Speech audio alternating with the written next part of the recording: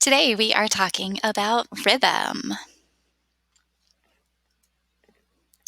So what is rhythm? Well, rhythm is really how long or how short a musical sound is. The sounds need to be arranged musically and they need to be organized by a steady beat. When we talk about rhythms in this presentation, I will tell you its formal name that all musicians call it, and then I will also tell you kind of its nickname, what we use to help us remember what it sounds like and how to perform it. So our first rhythm is a quarter note. You can say or think ta, and it is one sound during one beat. Ta. The next rhythm we have is the quarter rest. It also only takes up one beat, but since it's a rest, it's silent. So there are no sounds inside of a beat. A lot of times kids will show a rest just by holding out their open hands. Rest, no sound.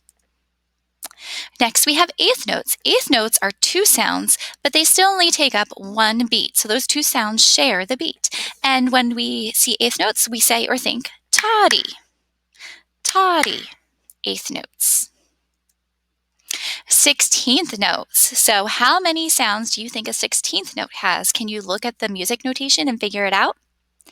A 16th note has four sounds. You can see there are four small circles at the bottom of that rhythm, and each circle gets one clap or sound. So there are four sounds in 16th notes.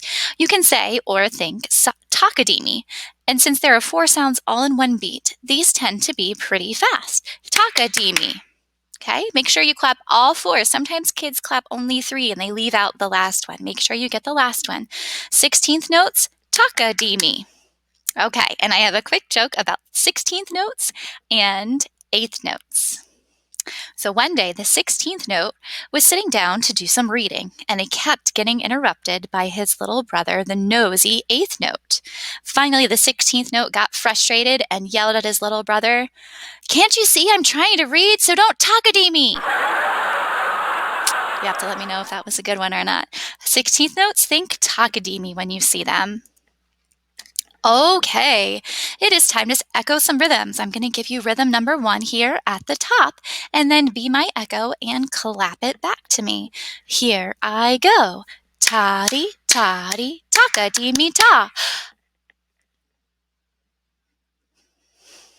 All right, did you get them all? Did you clap all 4 of those taka-dee-me sounds? All right, rhythm number 2. Here I go. Taka-dee-me ta, toddy. Okay, did you get rhythm 2? If not, go back and try again. All right, rhythm number 3. Here I go. Ta-dee, taka-dee-me, taka-dee-me, ta. That's tricky because you have 2 taka-dee-mes right in a row.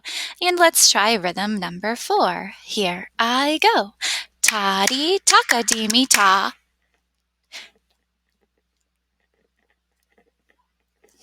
Okay, hopefully your rhythm sounded exactly the same as mine. Okay, now it is time to be the detective. Some of these rhythms are a little suspicious. See if you can catch the imposter. The imposter will be either in beat 1, 2, 3, or 4. I'm going to clap this rhythm and see if you can figure out which beat is clapped incorrectly. Maybe you see a takadimi, but I only clap a toddy. Maybe there's a ta, but it should be a rest. See if you can figure out what is wrong with my clapping. 1, 2, and here I go. Did you figure out which beat was incorrect? I'll do it again. Ready, listen.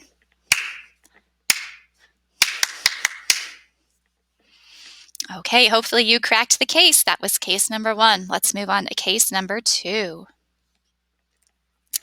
Okay, which beat is clapped incorrectly for this rhythm? Ready, listen.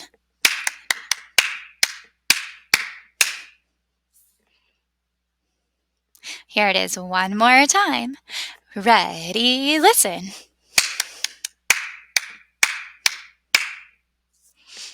Okay. Case number 3 is the trickiest case of all. Which of these beats is clapped incorrectly? Hint. There is more than one beat that is going to be clapped incorrectly. One will be a big mistake, and one is going to be a smaller mistake. Can you find both mistakes? Here I go.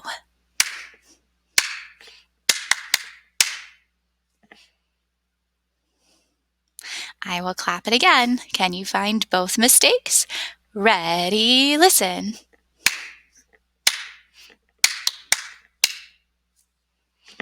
Okay, if you didn't get it, go back and listen again, see if you can find it. All right, so when you are creating rhythms, here are some tips. Create something that you can easily perform. If it's too hard, it's not going to sound good, no matter how magical or catchy or wonderful that rhythm is. Make it something that you can easily perform and that you could easily remember. If you're playing an instrument, like maybe an Orff instrument or a drum, and you're going to throw in some takadimi, some 16th notes, you might need to consider, are you comfortable playing your instrument that quickly? Are you going to need to alternate your hands? What do you need to do to accommodate your instrument with that rhythm?